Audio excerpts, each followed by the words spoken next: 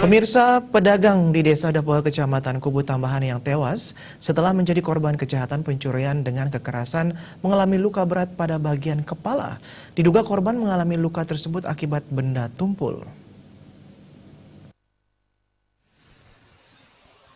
Saat dikonfirmasi, dokter forensik RSUD Buleleng, Clarissa Salim di RSUD Buleleng mengatakan, menurut hasil otopsi yang dilakukan terhadap jenazah korban putus sekar, terdapat 4 luka yang dialami pada bagian kepala. 4 luka tersebut salah satunya ada pada bagian kepala belakang korban. Di samping itu pada saat dibawa ke ruang jenazah RSUD Buleleng, korban belum tewas terlalu lama. Terkait dengan penyebab pasti kematian korban, Dr. Clarissa menyampaikan pihaknya masih menunggu hasil kolaborasi dengan tim dari kepolisian dan hasilnya akan dipublikasikan nanti. Jenazah masih dalam kondisi segar. Kemudian ditemukan ada beberapa luka-luka, terutama pada daerah kepala.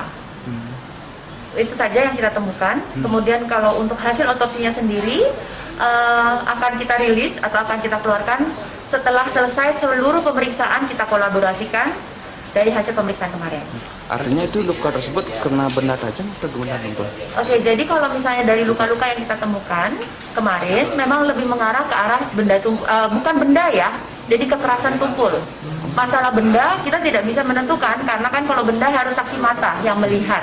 Sedangkan jenis kekerasannya kalau yang kemarin dari hasil pemeriksaan lebih ke arah kekerasan tumpul. Pedagang yang diidentifikasi sebagai putus sekar usia 50 tahun di Desa Dapoha Kecamatan Kubu Tambahan Buleleng ditemukan tewas dengan posisi tertelungkup di warungnya. Korban mengalami beberapa luka di kepala pada Senin sore 13 Juli 2020.